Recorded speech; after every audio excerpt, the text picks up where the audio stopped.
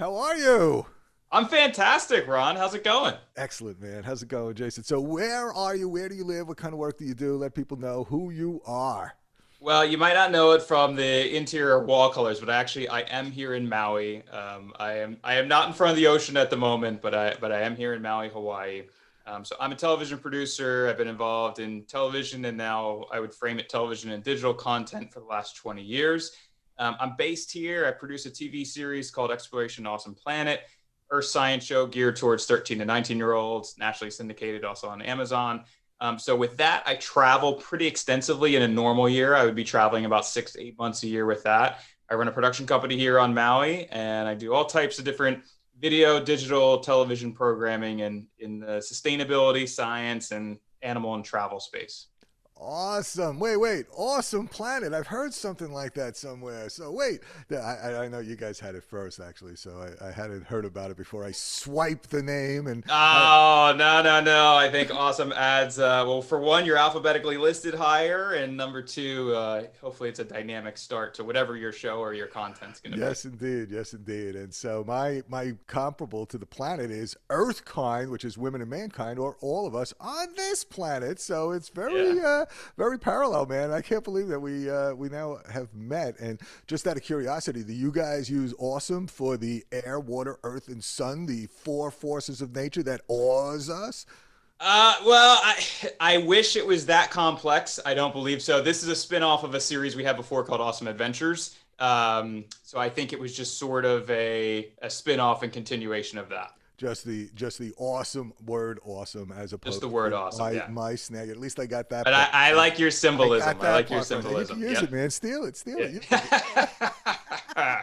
Use it. It's okay. Just give me a little recognition every now and again. So, No, no. yeah, no, it's great though, man. It's so cool. So yeah, it's really awesome. So tell us about Awesome and Awesome Planet and what you guys do and what kind of stuff you follow.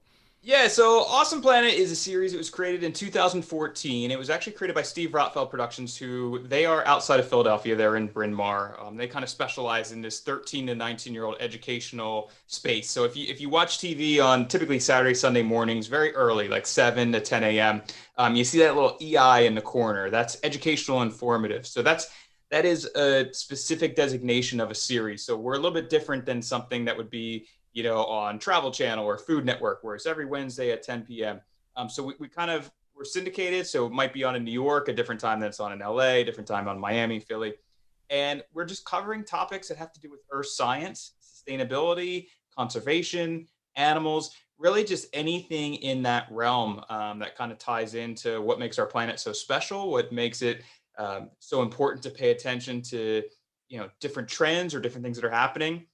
And I've been super fortunate in this show. I mean, we talk to the experts of experts around the world, top scientists, biologists, marine researchers, you name it. If it's a story that we're covering, we're usually enabled to have pretty good access because the partnership of the folks who want to get their stories out there intersects with us pretty nicely. So that's the Awesome Planet world that I've overseen that now. We're on our sixth season, which originally was going to be finished filming in April. And as you can imagine, that didn't happen. But we did get half of it done beforehand. And we've been slowly, cleverly, creatively, and socially distancing, getting our way through some replacement stories for what would have been. So we are having our sixth season unfold a little bit different than we would in the past. But we're still getting stories of the planet and sustainability and conservation out there. So it's been really exciting. And I'm super fortunate to work on it. As I said, I'm based here for a company that's based outside of Philadelphia because we travel so much. It doesn't really matter where I am because I eventually, whether I'm flying out of Philadelphia Airport or Kahului Airport here in Maui, I'm going to an airport to get somewhere. So that kind of is how it melds together. Awesome. So why did you go into clean energy, the sustainability kind of stuff? We'd like to start with why. Yeah, of course. So I kind of, I like to say I kind of fell into this space a little bit because, I originally wanted to become a sports broadcaster. Like that's what I went to college for. I wanted to be play-by-play for football, basketball. And as I started to travel more and get more involved in sort of the science space and travel space, I wanted to take that storytelling component that I enjoy for sports and translate it into these other spaces. And the more that I did particularly, I produced a show about animals for 3 years. I produced another show, kind of just about fun places around the world for teenagers. But there was a lot of constant themes that, whether it be contaminated water that was endangering populations of certain animals, whether it be development, whether it be, the aha moment of a lot of what we filmed is when you go and see these glaciers and compare them to what they were 50, 100 years ago in photos. So, you know, even though I was producing stuff about animals, it was all starting to relate. And you look at, where their water source is and, air pollution, things like that, water, obviously marine debris and pollution. And so, all these things started to kind of meld together and we started really hammering home these topics within our show. It fit within our science, solar technology, wind technology, all these things were relevant to us. So within our series, we've done a really good job, I think, of highlighting different trends. I've been fortunate enough. The host of our series is Philippe Cousteau, who's Jacques Cousteau's grandson.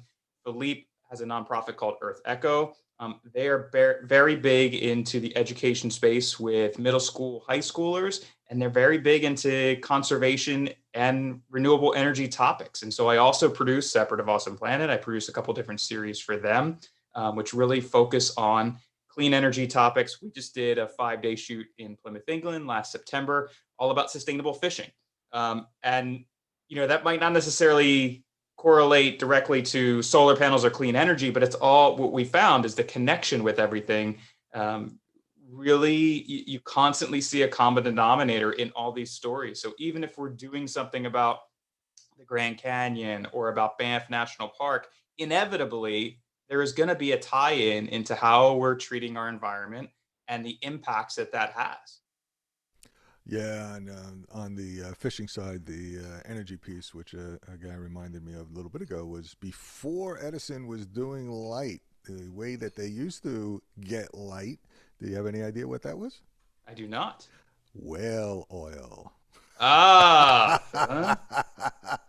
yeah. For, like 50 years, that's the way civilization lit our buildings, was with whale oil. Then Edison came along and he had a product that he said was not cheaper than whale oil, but it was better than whale oil. And that's where electricity finally started. And imagine that, Ron, we adapted, right? Isn't what a that concept. amazing? We weren't scared about letting go of what we were brought up with, and we evolved. And right. I think that's a common thread we see today about the hesitancy to shift to certain energy possibilities. They're too expensive. They're going to lose too many jobs.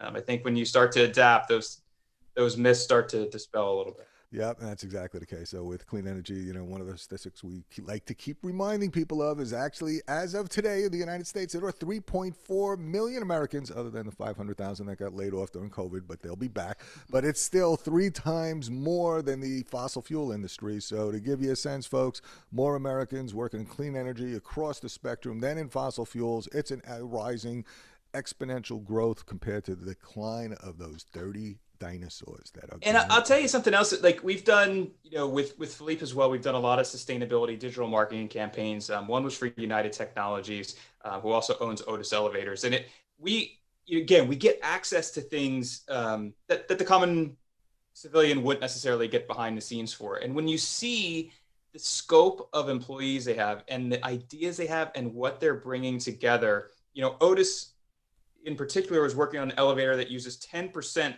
of the electricity of the current models, 10%. And so, it's basically utilizing kind of the hybrid idea of recharging a brake as the elevator goes down. It's renewing its own energy to pull back up. And the workforce they have and the energy, the work energy they have, if you will, the mental energy of the excitement of people that know that they're on the doorsteps of these innovative, breakthroughs, to me is such an invitation to people of what's out there to shift and adapt, right? So I grew up kind of at the end of the television, realm where television had everything, and now we're in a digital space. Well, there are people before me that were cutting, reel to reel, and they had to adapt, and they had to adapt to digital television. And now digital television has to adapt to digital content everywhere, whether it be a podcast like this, whether it be digital marketing campaigns. And I'm always intrigued by what I see as a resistance of that when it comes to clean energy.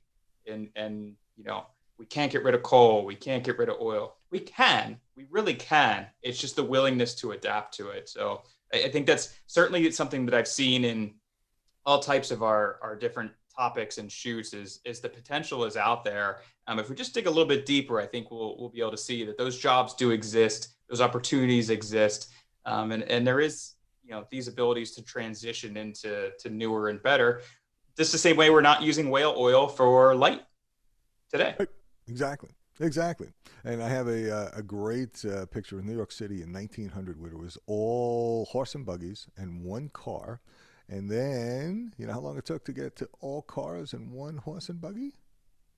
I do not. 13 years. Yeah. Over 100 years ago, we made this transition from horse and buggies to cars, and now we need to make the transition from cars to electric cars, and that should be a simpler, easier transition in many ways. And we have about 13 years to make this transition with that and solar and clean energy and clean transportation and cleaning, heating, and cooling. And if we do it, and we can, because we can do anything if we put our minds to it, just like my kids and grandkids now have a supercomputer that used to cost millions of dollars 10 years ago. Now in their pockets, more computing power that took us to the moon, right in their hands. It's amazing, and that's what we humans can do. We can absolutely do this. We just got to decide we want to. And I feel lucky to live. You know, I live in Hawaii, which I feel is, and I've traveled a lot of places, I feel is really on the cutting edge of renewable energy in the United States. I almost feel like it's a different country in that sense on how willing people have been to jump on things like solar, to jump on electric cars. I mean, you know, drive here, if I have a drive that's more than, you know, 40 miles one way, that's a big day. So if you look at any electric vehicle, you do see a lot. I feel like I see a lot more proportionally here, which is always encouraging. And I think when you have places like Hawaii, you know, Nevada, California, that can really harness in on solar and all these different energies, to me, it's interesting. It's just interesting how we're not moving faster, I guess. Yeah, it is, but we're getting there, and little by little. I mean, one of the statistics that just came out this year was that this year, 90% of the new energy, electricity generation in the world is solar and wind. It's 200 gigawatts or 200 nuclear power plants, like the one that they're shutting down in Indian Point, right outside of New York City, because it's a little close to New York City. So if there's ever a nuclear accident, and or a terrorist attack, like they were going to take out, instead of the Second World Trade Center tower, they were going to take out that nuke plant, which would have, you thought the economy took a nosedive after 9/11, man. Imagine if the Northeast was contaminated with the remains of whatever was in that nuke. So so clearly there's a lot better ways to do it. Things are starting to happen. It's happening faster and faster. There's very little that is going to slow it down other than our unwillingness to change. And so, yeah, Hawaii is great, man. I'm so jealous. So I'm very fortunate, living in paradise and with people who around you who want to adopt these technologies. It's great. And Hawaii's doing amazing things with solar and wind and geothermal. Quarter of the big island is powered by those geothermal electricity systems right from those volcanoes. It's amazing. Yeah, you take what's right there, right? Absolutely, man. Natural resources. It's great. So what Awesome Planet. So what are you guys working on?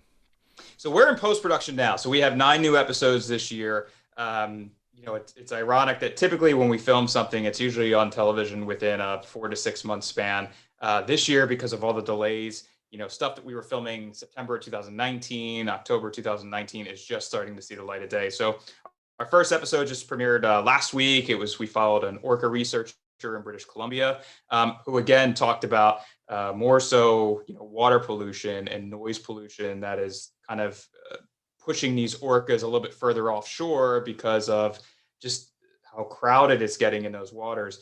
We also did great white sharks off of Cape Cod, Massachusetts. Kind of just, you know, obviously they've had a Seal Protection Act that went into play. I off the top of my head, I can't remember how long ago, but within the last 10 years, lots more seals have come back. That's going to bring the sharks back. So they're just trying to see patterns. Do the sharks frequent certain areas? What times of year? And that way, when you have places that intersect, especially like Cape Cod, where people want to enjoy the beach or go paddleboarding or go swimming, maybe it gives them a little bit more information that they can make some smarter choices on how they do that and when they do that. Our next episode that's coming out actually on Saturday, November 21st, is we're really excited about. We do a student explorer contest every year. So each year we have a student apply to be on our show and we do something fun with them. So a few years back, we took a student down to Mexico, did some whale shark, observation with them. I believe it was 2 years ago, we took a student to Fiji, looked at a whole coral planting project that was going underway to help rebuild coral reefs. So this year we joined with Ocean Ramsey, who's a big marine conservationist on Oahu. And we took our student who was from North Carolina, and we went free swimming with sharks out about 3 miles in the ocean. And Ocean Ramsey's whole message and mantra is, to respect sharks, and we need to be, conserve them. They're not just out there mindless killers. When you do these free swims, you see them in their natural habitat. And, I think for some people who might have some hesitation when they don't see 20 sharks rushing right up to them, maybe they have a different perspective of sharks in the wild. And so it's really a conservation sort of approach through emotion and inspiration. So that episode is next week. It's always one of our favorite ones. We do have a sustainable leaders episode coming up. We visited United Airlines, is doing a lot in the biofuel space. So we went to their biofuel facility in Reno, Nevada. They have a fleet of aircraft that's 30% all biofuel, household trash items that they're just converting. We looked at kelp farming in Maine. We looked at solar panels here in Maui, and it was less about Maui and more just about the technology advances of solar panels now versus, say, 10, 15 years ago. We went to Slovenia, where Ljubljana, the capital of Slovenia, is really one of on the forefront of a clean energy, zero waste trending city. They are a capital city in Europe, and they have gone, the steps they've made in the last 30 years to pursue zero waste has been immaculate. So we kind of went and talked to them and looked at what they're doing that's different than other cities, and how can other cities adapt maybe some of their policies that are working out. Very awesome. Very cool. Boy, quite a spectrum.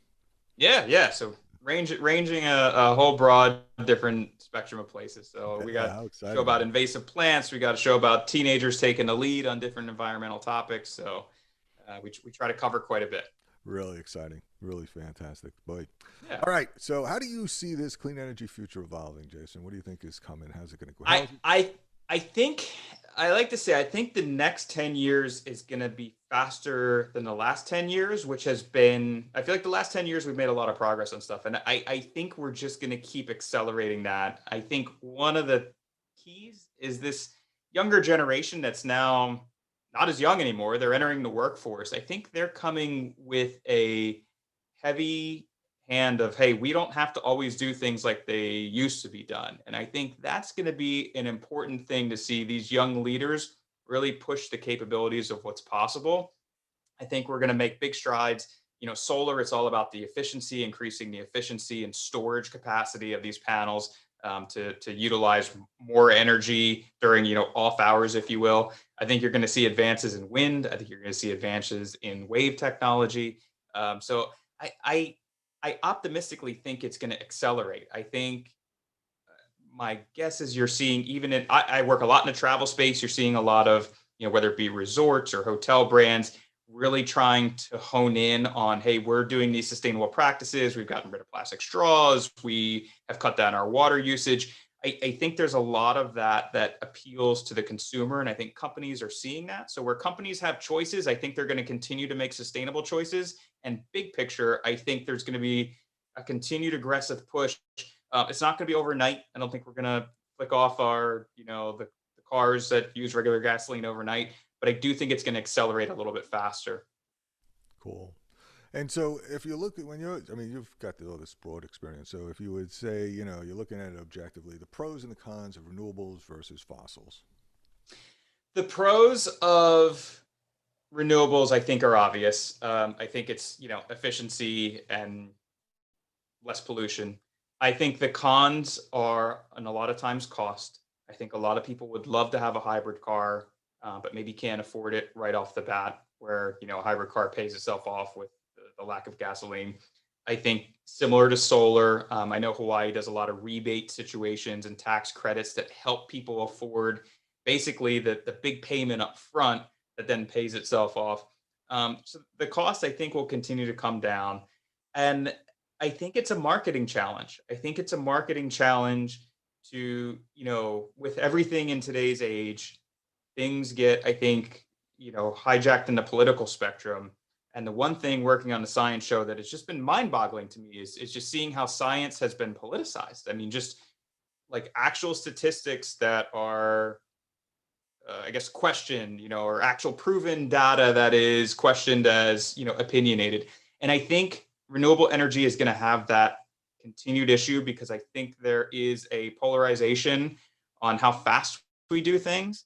And if you are in a fossil fuel industry, you can really exaggerate some claims and really exaggerate some costs of what's, I think, realistic.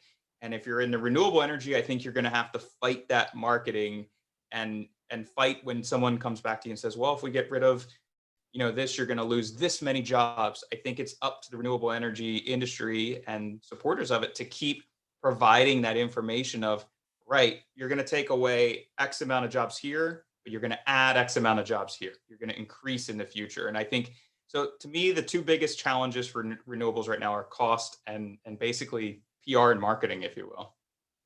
Yeah, fascinating, right? Yeah, and meanwhile, like, yeah, right. If you're purchasing a solar system, you're kind of buying all your electricity up front. If you do it that way, in which case you have to pay more up front because Right. that's where you're doing it. But on the other hand, if you finance it in one of many different ways of doing it, so if you finance it in your mortgage, you're ahead from day one, and now you eliminated your electricity expense, and you've got a low cost payment that was much less than the utility piece used to be. So there's all these different ways of putting together financing, which helps people overcome that first cost bump that they get from not having a standard system. I think the solar industry has been really proactive with that, and it's been essential. And it's been essential for them to work with consumers and try to help them map out, like as you said, different scenarios of financing. Out here they even do a project where someone else basically purchases the panels, and you're basically getting the benefit of the electricity at a lower cost. So the creativity of the industries is key. Solar, I think, is leading the way on that, and it's going to have to continue. Yeah, that's called the power purchase agreement. So if you take a look at the four different ways, standard ways of doing a solar system, one is you pay cash for it. Okay, that's great. You get all the tax benefits. Usually you get the incentive benefits. But the good part is once you're paid it off, that's it. You wait till you get your money back. So you're out for a little bit. But then once you hit your 100% that your money's back, 100% of that is now savings. And that you look at the timeline of what happens over 20 years, that's the best way. That's one way to do it. Next best way is do it in a mortgage. You got a low interest mortgage. You're able to write off the tax impacts of your interest on your mortgage. So now you get another benefit, not just the tax credits up front. You get to write off the interest on that. Check with your tax advisor. Check with your tax advisor. Or you could do it as a home equity loan if you're not getting a new mortgage. So if you're not refinancing your house, which you should consider with these current low interest rates, and putting a solar system on your house. So you can do it as a home equity loan and still get those tax benefits both up front and all the time. Next way is a lease. So you get a flat monthly payment for such and such a period of time. If you do it right, you can save money on the monthly payment compared to your utility bill. Or you could do a power purchase agreement where basically you pay for the kilowatt hours as they're produced just as you pay your utility. So that's another way of doing it. And you're right, the solar industry has come up with all these great ways. And if anybody doesn't know how to go solar, they should just give us a call, drop us a note. We'll help them figure it out. But there's a lot of ways of doing it. Just take a look around your community. And the thing that they found is that it's not how much money you have that makes it whether or not you have solar. It's not how well educated you are about whether or not you have solar. It's whether you know somebody else who has solar. So take a look around, talk to some of your friends and neighbors. If you see anybody that's got solar, ask them about it. And if no one else has done it yet, do it yourself, and you'll see that you're now the little spark that gets everybody around you, that catalyzes this exponential change that we all want. So you can make a big difference with just that one step. And you'll have all your neighbors, knocking on your door asking what you did and getting the numbers behind it. And I'm sure they'll have a lot of shocked faces when they hear kind of the value behind it once you play with the math a little bit. Exactly. And there's lots of different ways of doing it. All right, so from your perspective, what's one of the biggest things that people should watch out for then, or make sure that they understand that they sometimes miss? Make sure they understand that they sometimes miss. I think it's solar is something that's very almost like mainstream now, right? Like you can drive down houses and see solar. I think the next step people to watch out for or make sure they don't miss is learning about these newer industries, and maybe these industries that aren't in their neighborhood. So learning about the advances of wind technology, learning about the advances of geothermal technology and what options are there. I think that the biggest thing is to keep yourself informed as best as possible on these innovations so that when they pop up, you can maybe take advantage of them and jump on them. And you don't maybe miss the boat on something where it's like, man, if I would have done that 5 years ago, my electric bill would be substantially lower, or my fuel efficiency in my car, I could have switched to electric years ago, but I didn't quite understand, as you talked about, the financing of it. So I think it's just a constant education approach of just keeping informed about where these industries are going and the trends that they're having and how that relates to the consumer. All right. Awesome. All right, let me ask you this. So a lot of times we find in our lives that it's one of those worst moments that we learn the most from, that gives us this insight into who we are, what we do, and how to do things differently. So if you would be so kind, would you share your worst clean energy or worst environmental moment, please? As something that I've done personally that I was like, what am I doing? Or something that I've seen? Either one that like gave you this lesson that then helped change your life. I think for me, and again, it's a fine line of clean energy versus sustainability. I think for me was learning more about, I love seafood, and working on an Earth Science show, kind of learning about where my food is sourced from. And when you get into seafood, you can certainly get into areas that are, whether they're trawling, that are wrecking reefs, wrecking habitats, wrecking ecosystems, wrecking mangroves. I became more conscious of what I was buying to make, what I was buying at restaurants, and trying to make sure as much as I could with seafood that everything was done sustainably, because I know that, again, everything's related in terms of whether it be storm protection, whether it be ecosystem habitat, whether it be keeping our waters, in a clean state by not wrecking oyster beds and filter feeders.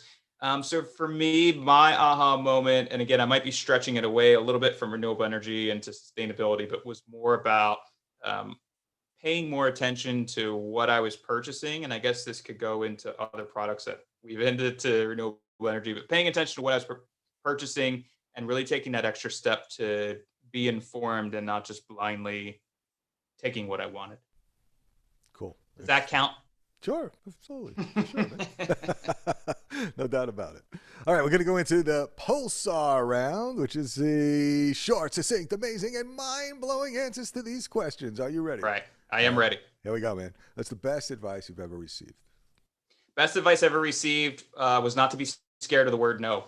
I would say, especially in the television industry, you pitch 100 ideas, you hope that one of them can get them.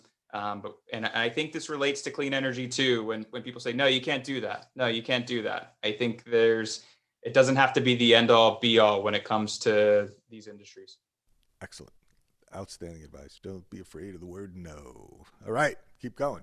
All right, share one of your personal habits that contributes to your success. I'm very organized, and I think as a producer, you have to be organized to have all your ducks in a row. Because as I said, I not only just produce a television show, which is a project in itself, I have other different outlets and marketing projects and ideas and development ideas that are going on. So organization to me is one of my traits that I am proud of, and I think absolutely contributes to workflow success and future success. Outstanding. An internet resource that you think people should be aware of, you'd like to let people know about? An internet resource that people should be aware of. I'm trying to think of where I frequent a lot. I frequent a lot of BBC Science. I think they do a lot of good stuff. I also, and I have no affiliation with them whatsoever, and they're probably delighted that I mentioned them. Outside Online is a digital outlet that I think provides a lot of information about our impact on environment. And some of their articles are just about, running more efficiently or hiking, best hikes, that kind of thing. But I think they dig a little deeper into the counterbalance, particularly, I think they're based out in Denver and Albuquerque. So they talk a lot about our impact on environments, like Moab, where you have issues with, drilling and mining encroaching, or Grand Canyon, where you have issues of helicopter noise and air pollution going on. So those are, two of, probably 20 internet resources that I probably check in on daily just to kind of see who's doing what and what's going on in the world. Outstanding. Thank you. Okay, a book you'd recommend and why? A book I would recommend and why? I would say The Old Man and the Sea. To me, by Hemingway. It is a fictional book, which is probably not what you expected on that answer. But I think the message behind it of perseverance is one that I enjoy. Chasing Excellent. your dream. Yeah, perseverance, chase your dream. Nice. Okay, if you had a magic wand, Jason, and could wave it and change one thing for everyone in the world, what would it be? That's tough. It's tough to answer that. I'm going to keep that answer to this particular topic. So if I could change one thing, I think with a magic wand, I would do the easy magic wand on eliminating fossil fuel industry and instantly converting it to something better. And I think because there is so much impact on air pollution, water contamination, into our drinking waters, not to mention just burning all these resources. That would be one wand swipe I would do, and I think I could knock out a lot of different problems with one swipe. Outstanding. Yeah, there's no doubt that energy is core to civilization, and it's the key central issue of many aspects, not just environment, but also health. It also winds up being an economic and social justice issue because where you see Yeah. the most environmental and energy pollution are in incomes of is in populations of low income people of color. So there's that, and there's also economic pieces where if you had a clean energy economy, we would have much more prosperity and more money to Yeah. go around for everybody. So hey, hey, hey, hey, hey, Novel win, concept, win, right? win. Right? So great. I love that wand. That's a great wand, man. I wish I could keep Yeah, I that. wish I had that wand. That'd be a good one. All right. This is the section that we call WTF or F. Weather time fudge, an extreme weather event that you lived through and tell the tale, or weather time fun, the most fun that you've ever had and the type of weather it was when you had it. The most fun I've done a couple really heavy cold weather things above the Arctic Circle. To me, that was the most intriguing weather that I've experienced personally. The -40, -50, uh, barely no daylight at 9 o'clock. You get basically a sunset hue for 2 hours and then it's dark again, which takes some adjustment getting used to. We've also done a shoot with Awesome Planet, not quite in the Arctic Circle, but deep in British Columbia in the backcountry, where we took a helicopter, landed on a glacier that was about 10,000 feet up, that we found all through geomaps and with a safety team and avalanche guides. That was not something that people could just go visit. We found it, kind of went out on our own, zero footprint type of environment, and just walking up to a glacier that made you feel like you're downtown Manhattan, looking up at the skyline. So the cold weather stuff always intrigues me. Cool. Awesome. Incredible. Yeah, it's an amazing planet, right? So, Yeah, yeah. yeah, it really is. So, all right. What's the one thing you're most energized about today? The one thing I'm most energized about today is tomorrow. I think that we have such potential and just a rolling ball of momentum. As we talk about the topics in these industries of what I see when I'm researching for stories to cover, what I see when I'm talking with companies who want to do new digital marketing campaigns. Um, each time hearing about what companies are doing, what researchers are doing, what scientists are doing, what innovations are on the horizon. I just did a virtual event yesterday with someone from SpaceX, kind of hearing these technological advances and how close they are to our doorstep, and people saying, what, we're not going to wait anymore. We're not going to wait for a government approval or going through a government process. We're going to take some stuff to the private sector. We're still going to meet these needs and these regulations, and in most cases exceed them. But I think seeing the private sector kind of take on a lot of these challenges and just say we're not waiting around anymore, that excites me. Like I really enjoy hearing the next big thing. So what excites me about today is tomorrow. Outstanding. Speaking of tomorrow, what's the next step for you, Jason? So I'm winding down. The end of our calendar year is typically the end of our filming season. We try not to film too much in December and January because we are limited to just, if we have a cold weather spot, we'll try to do it. Obviously, this year is the most unpredictable year of all. So what's next for me right now? We've been doing a lot of stuff in the virtual space. In the meantime, we've been trying to do some smaller, slower digital campaigns that don't require heavy filming, heavy field production.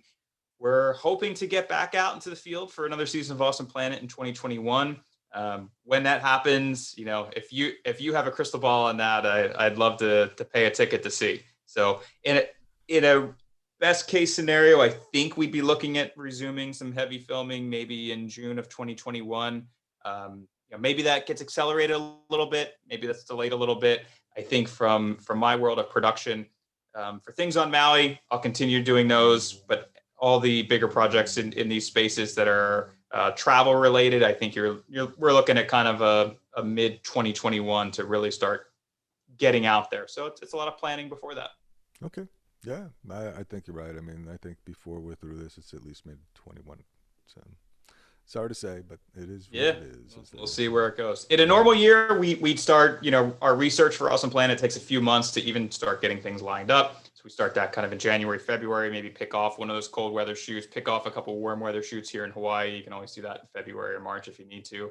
Not to rub it in, Ron. Yeah, thanks so much. Just keep rubbing it, but we kind of chase the weather with that stuff, and then the other digital marketing campaigns. Typically, those are wound down by the time the holidays hit here, and then we kind of start kickstarting again in January, February. Great, cool. All right, grand finale. So, if you would, a piece of parting guidance for folks, and if you want people to get a hold of you, how do they do it? Yeah, so if you want to follow me on Instagram, it's at SilversharkJ, Jay, spelled out. Silversharkmedia.com is where a lot of our highlights of video production lives. My parting advice has always been, I work a lot in the earth science space, and our show's geared towards the 13 and 19-year-old audience, so we're heavily involved in that. And every time I'm interviewing these students that have been exposed and engaged to these environmental topics early, and not necessarily pushed into it because they had to, but just exposed, just allowed to explore a little bit, whether it be into clubs, nonprofits, doing beach cleanups, in a place like here, a park cleanup in New York. Just those little sparks really light a lot of fires. And so my best advice is, if you have the influence to help give sparks to younger generations to do so and give opportunities, I think it goes a long way. And for me, that's one thing that I really kind of take pride in and try to focus on is really try to tell these stories of up and coming, youth leaders that are going to be our leaders of tomorrow. And also telling the stories of people that inspire those youth leaders to get involved in the first place. So my advice is if you can give that spark to anyone, it goes a long way. Outstanding. Anything that we missed that you wanted to cover? I think we're good. Outstanding. Well, thank you so much for coming on, man. This has been no worries, Ron. I appreciate it. I enjoyed the conversation back and forth, and I appreciate all that you're doing as well. I have listened to your other podcasts in the past, and it's enjoyable to see the different realm of industry leaders that you're able to talk to.